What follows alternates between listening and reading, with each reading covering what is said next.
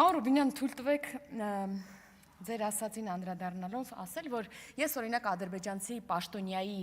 այն հայտարարությանը, որ Ռոբերտ Քոչյանը զուգարան գնալու պատրվակով թռել է Ալիևի հետ հանդիպումից, ես հիմք չունեմ չհավատալու, որովհետև օրինակ իր խմբակցությունը այդ նույն գործելավոճն է որդեգրել եւ հնարավոր է, որ դա իրականություն է։ Դրա համար կարող ենք այդ մի բանը հնչեցնել, ինչի համար շնորհակալություն ձեզ։ Արգելի հայրենակիցներ, մի քանի արդեն այս վերջի օրերին անընդհատ հարցնում եք, ասում եք, այս ինչ խաբար է, որ այս ընդդիմության 3 լիդերները 2 օրում անընդհատ հարցազրույցներ են տալիս։ Շատերն ասում են, կողո, ինչ որ արտահերթի թեմա կա, ակտիվացել են։ Ուզում եմ ասել, որ պատճառն այն է, որ գալիք ընտրություններում նրանք երևի պայմանավորվածություն ունեն, որ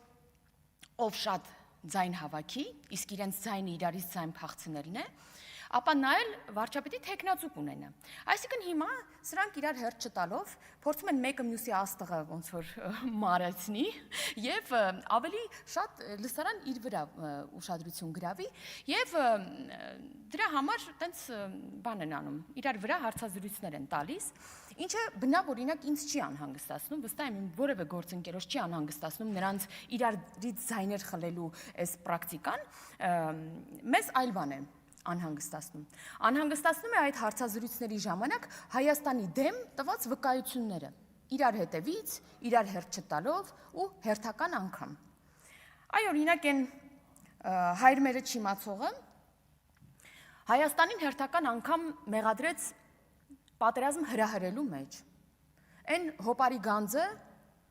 առհասարակ գնաց հասավ Ամերիկայի Միացյալ Նահանգներ, չեմ ասում, որ մի հատ գերիների մասին խոսակցություն չունեցավ, ոչ մի բան։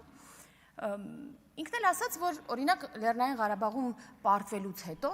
մենք, իշխանությունը, ղարաբաղցիներին տեղափոխել է Հայաստան, այսինքն Ադրբեջանը ոչինչ չի արել, ոչ էթնիկ զտում, ոչ բռնի տեղահանություն, ոչինչ։ Մենք ուղղակի մեր հայրենակիցներին տեղափոխել ենք Հայաստան։ Սրանից լավ Հայաստանի դեմ բան խոսակցություն ուղղակի չի կարող լինել։ Ու տենց շատ բարի դեմքի արտահայտությամբ է դա անում։ Սերժ Սարգսյանի մասին ոչ մի նոր բան չեղավ, շատ հիասթափված եմ, նույն տպավորությունն է, միայն մեկ նորություն իմացա, որ նա այդ ժամին կարողանում է արթուն մնալ, սա միակ բացահայտումն էր երևի ամբողջ հասարակության մոտ։ Ես ուզում եմ ասել, որ այսպիսով նման հարցազրույցներ, եթե մի հատ էլ տակ միջև ընտրություններ, ապա էլ իրարից ձայն փախցնելու կարիք չի լինի, որովհետև ձայն չեք ունենա, որ իրարից ձայն փախցնեք մեր հարգելի գանձեր։ Շնորհակալություն։